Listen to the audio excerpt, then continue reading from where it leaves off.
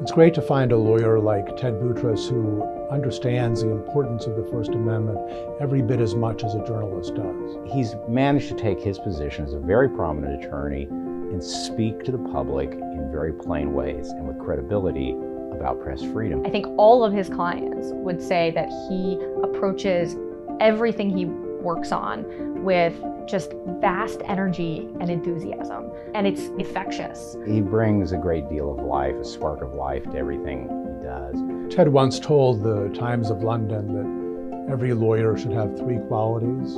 They should have creativity and courage and honesty. And in the case of MMAR, Ted Boutros at a young age showed he had all three. The case was brought by against the Wall Street Journal over a single story by an outfit called MMAR, and they sued for defamation in Houston. We went to court at the date of the verdict, and we lost what was then and may still be the largest verdict in the history of mankind in a defamation case. And on appeal, the Wall Street Journal brought in Gibson Dunn and managed to get the case and the judgment overturned altogether.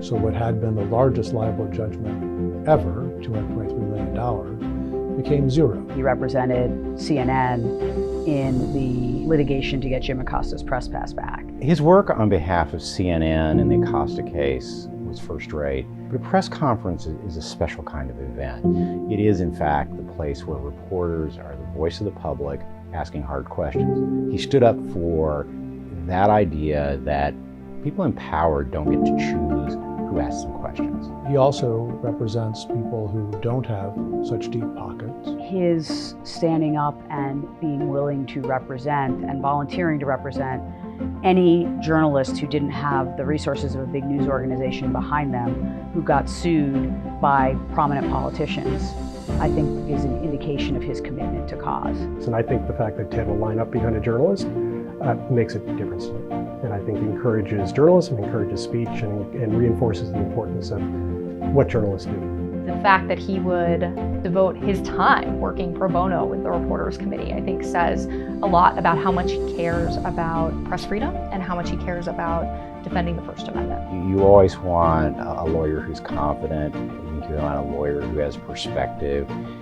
You want a lawyer who also understands the personalities of the people involved. And I think Ted brings that. He has a really good handle on people. And I think that that's one of those things that's powered his abilities as a lawyer.